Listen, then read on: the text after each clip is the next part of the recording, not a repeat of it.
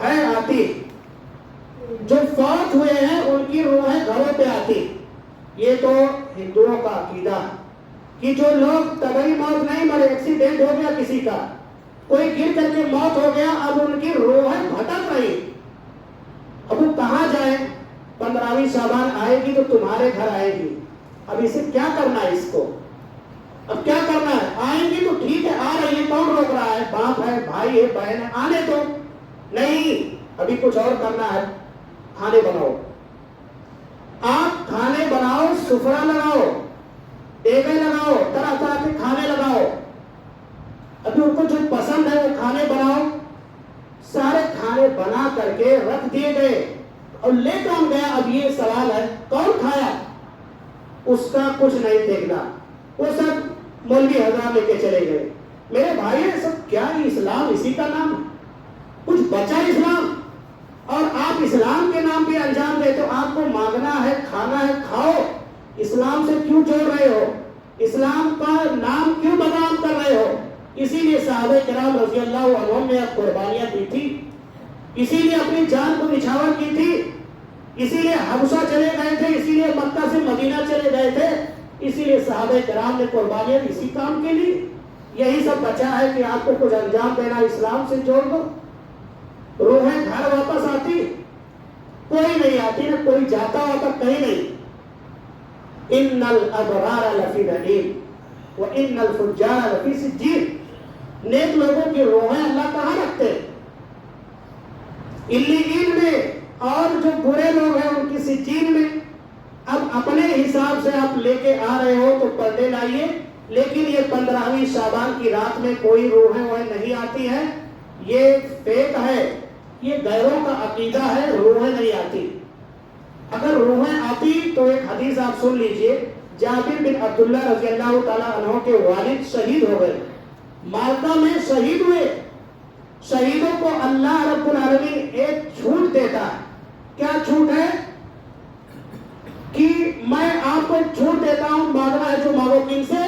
شہیدوں سے، جنہوں نے سر پہ کفن باندھ کر بنا کسی دریغ اللہ کی رضامندی کے لیے شہید ہو گئے۔ اللہ اسے چھوٹ دیتے ہیں، مانگنا ہے مانگو۔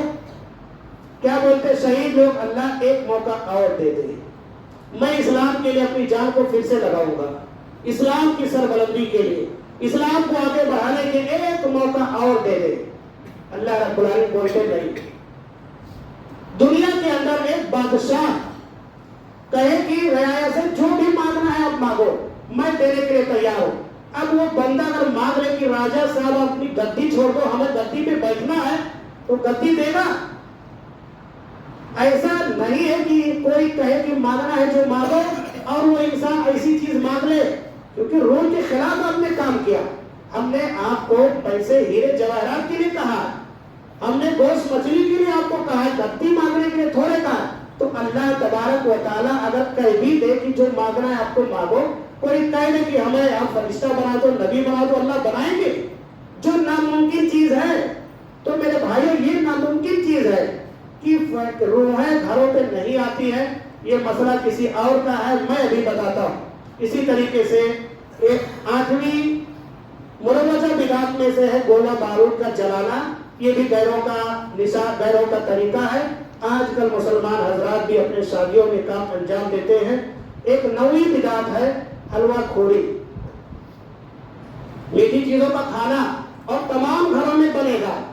آپ کے امبجواڑی میں آنے والی تمام دکانوں پہ چیز لگتی، اور سب پورے گھر والے بناتے، دوسرے کو شیئر کرتے۔ شیئر کرو، کھلاؤ، کھاؤ، لیکن یہ دن اسپیشل کر کے کہ اللہ کے نبی صلی اللہ علیہ وسلم نے ایسا کیا تھا، غلط ہے۔ آپ پردے بناؤ اور کھاؤ، ہر شخص چاہے۔ اللہ کے نبی صلی اللہ علیہ وسلم کو میٹھی چیز پسند تھی، لیکن یہ خاص 15ویں شعبان کی رات اور دن کا سہارا لے کر کے یہ کام کرو گے تو ہم اس کو غلط کہیں گے۔ تو میرے بھائیوں، آج کے دور میں ایسی بدعتیں مارکیٹ میں لائی جا رہی ہیں جن کا تعلق صرف اور صرف پیسے سے ہے۔ پہلے کیا تھا؟ جن کا تعلق کھانے سے ہوتا تھا، جوڑتے تھے فٹافٹ، شریعت سے جوڑو۔ کیوں؟ اس لیے کہ غربت والا دور تھا، لوگوں کو پیسے کی ضرورت نہیں تھی۔ کہاں ضرورت تھی؟ ایک جھوپڑی بنا لیے، کھر پتوار کا